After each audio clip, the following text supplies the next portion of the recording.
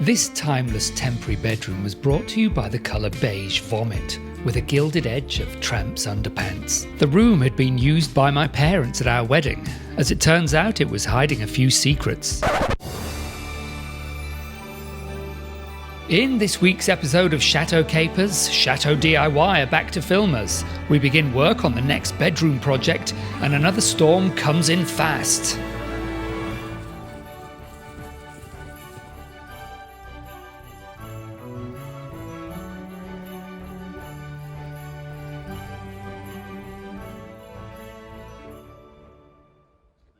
Kicking off the new filming season with Chateau DIY, we had our first camera crew visit of the year.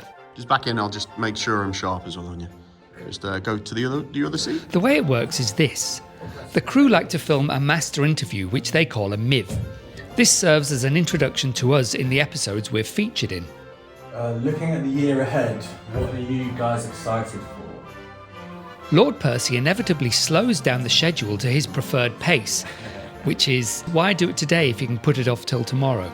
The reason we're not doing any filming today is because Percy has halted proceedings. But Percy, I need to move, Percy. I need to work. He's just too heavy, I don't blame him. He can't possibly get up. I can't lift him. Huh? Not so much a gracious stateroom on the Titanic as a boiler room in the unloved bowels of the ship, with two enormous cylinders and a morass of pipework, not very well disguised by a decorative screen. Unbeknownst to us, we were later horrified to find an old rat's nest underneath one of the tanks, including an animal bone. Whilst work on the Creaky Bedroom Suite is still ongoing, we're starting work on the final bedroom of the gîte. So Jane's just clearing up what it turns out was a rat's nest underneath the old cylinder, the galvanised looking cylinder that used to be there, which was a storage tank for well water. And the whole thing probably hasn't been used in 30 or 40 years. Chateau DIY filmed the start of the work and we'll visit again when we've made some more progress. The first phase is to strip the room right back to its bones. The pipework on the incoming main was galvanised steel, which all needed to be removed. I was having immense difficulty connecting the new section of pipe to the existing mains feed. We were all getting wet in the rain and started taking turns. This is Jared, our cameraman, taking his turn. After about half an hour or so, we finally got there. Well, we've been filming with Chateau DIY all day, and we've had some real problems. And fortunately for me, the big problem we had, which effectively flooded this room, happened after they'd gone home, which I'm kind of pleased about. And it was just, I'm tired and I made a stupid mistake. I left a pipe open when I turned the water back on. So we've got some water to mop up, and yeah, everything that could go wrong today did go wrong. But because I didn't film it for our channel, we'll have to wait until it's shown on Channel 4 on Chateau DIY. But anyway, basically all we're trying to do is change where the incoming water main is, that black pipe there, and it's got to go to feed the rest of the chateau. And the issue is, I thought it was that little pipe there in the corner, because it's quite wide bore. I thought, well, that's probably feeding the chateau, but no, it's this one here. So I've had to connect it back up to that one, which is a bit narrow. In an ideal world, I'd have a wider bore pipe feeding the rest of the chateau, because that will restrict it, especially if 2 or 3 people want to shower at the same time. So Jane is helping me mop up and get the tools out the way, but it's the end of a very long day.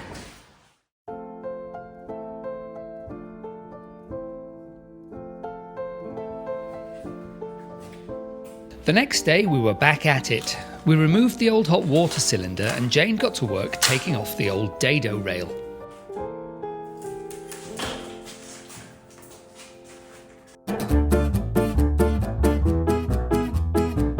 Following suit, these old Tommet tiles needed to be removed as well.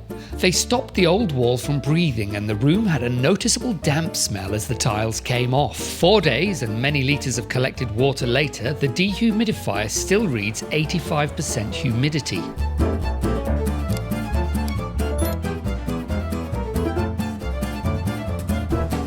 With the tiles removed and the walls now releasing stored moisture, I moved on to reinstating the pipework. This is a temporary solution, as it's extremely likely I'll have to dig up the floor in part to trace the existing pipework and make adjustments. The mains water enters the building on one wall and then goes back into the floor to feed the Chateau on another wall. I also don't want a hot water cylinder in the bedroom, so the hot water pipework will also have to be moved. Of course, soldering is very uncommon in France. It's mostly brazing, which is a similar but different method. It requires more heat.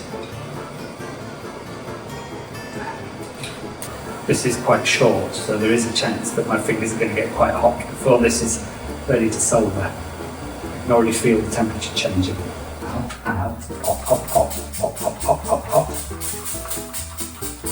So the water level in the Chateau sort of equalises among all the various cold water outlets, and it's sitting just below the surface. So if I use a squirty bottle and just squirt the water out, that might give me enough time to get a soldered elbow onto this, because if the water level is high, it'll interfere with the solder. The pipe won't get hot enough and the solder won't melt.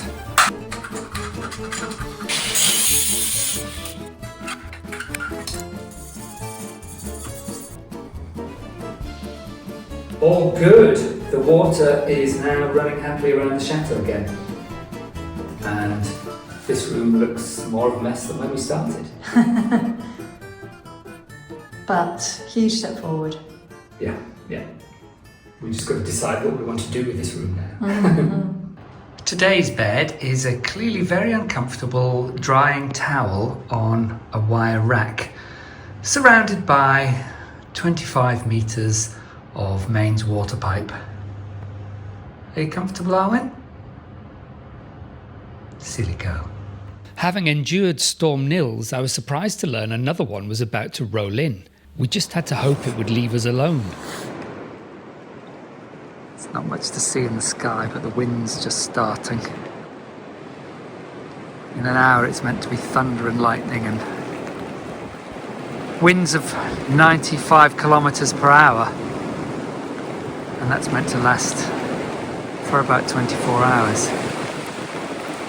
Suddenly picking up now. Hope there's no more damage tomorrow. Yeah, it's hitting us now, so we'll finish the horses and get back inside.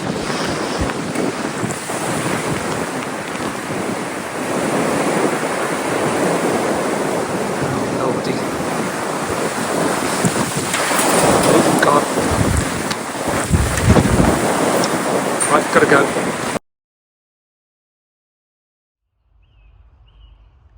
The worst of it had passed and had indeed left us alone. Like many parts of Europe this winter, we can't take much more rain. Walking the dogs, it was clear just how high the river had risen. Thankfully, it's back within its banks now, though the current is still racing. This spot is the entrance to a ford, but the floods have dumped a whole bank of sand right across it. Our local lonely duck is alive and quacking, spotted here messing about on the river. Who knew ducks could mimic voices? Tootsie. For some reason, we've decided to call it quackers.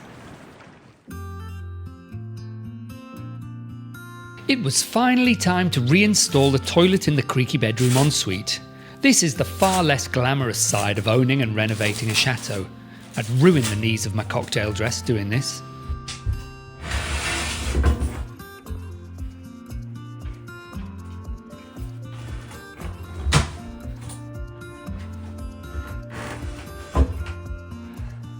Once the toilet was pushed into place, the dirty part was done. I wasn't planning on moving it again, so I connected up the cold water feed. The next step was to clean the base of the toilet before sealing with silicone. I'm not using screws to fix the toilet down. The silicone alone, once cured, is more than strong enough to hold the toilet in place. There are reasons why plumbers don't always screw a toilet to the floor. This can be because there is pipework under the floor, they don't want to interfere with a damp-proof tanking system under the tiles, or in my case, the toilet didn't come with a fixing kit. Every installer has their own preferred way of applying silicone sealant. My way is fairly simple. I run a bead of silicone along the joint and then smush it in with my finger. Now, I have seen plenty of times when it's been left like that. I, however, sometimes then mist the area with a mix of washing up liquid and water. This stops the silicone binding to the wetted area, allowing for easier smoothing and cleaning of the joint. I don't always do this, as my technique has improved and I can often smooth the joint without covering myself and the rest of the Chateau in excess sealant. I always use a silicone smoothing tool to get a really neat edge. With the toilet now stuck down, I left it alone to cure overnight. I found this nightstand online with its marble top, and it was just the right size to fit in the shower room as a stand for the wash basin. Plus, it was free. We rendezvoused with a lovely lady in a car park and brought it home. It had been previously upcycled with chalk paint, which was slopped on everywhere. Chalk paint has its place, which in my opinion is 10 years ago. I don't hate chalk paint, but I think everyone went mad for it. It got overused and I don't feel it will be a lasting aesthetic. So I'm getting rid of it. After sanding and scraping off as much old paint as I could stand, I blasted the dust away with compressed air and gave it a good wash with soapy water. Then it got a rinse with clean water, and once it was dry, it was finally ready for the undercoat. We hadn't used our spray gun in ages, and after clearing a blockage, I managed to set it up wrong and mix too much water into the paint. This meant it came out too fast and too thin. Once the primer layer has dried, I'll sand down any runs ready for a second coat.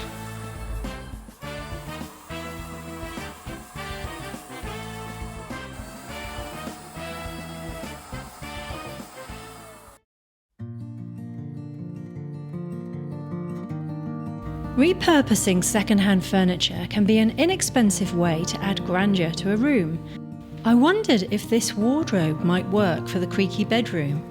It would need a little repair and some sprucing up, so I wasn't sure, and we came home empty-handed. What do you think?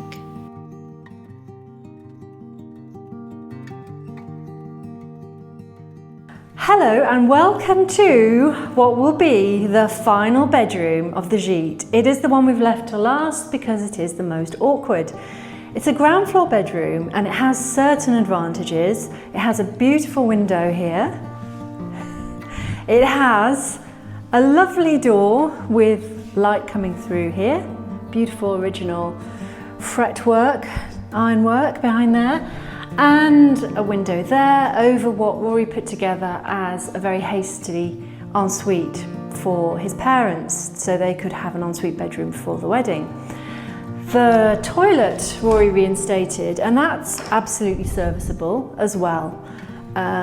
So that's all quite good. We had the bed here. I think that worked quite well. I don't think there's a better place for the bed because you get to look out and get the light coming in.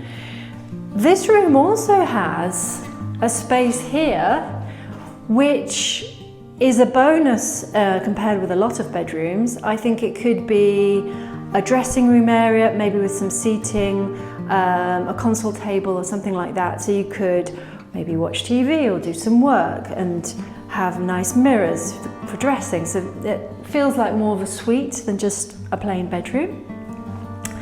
One of the questions, we've got quite a low ceiling here, and for the wedding we had a screen there, and obviously you can buy some beautiful screens, and I think it did work. And the good thing about having a screen is it means you get the use of the light for the whole room, and it doesn't seem as closed off. Rory is more of the opinion that we should give greater privacy by putting up a stud wall here. So I'd be interested in your views. Do you think a screen, bearing in mind that the toilet is completely separate, and we will have a basin in there, so you don't have to come out and go in to wash your hands.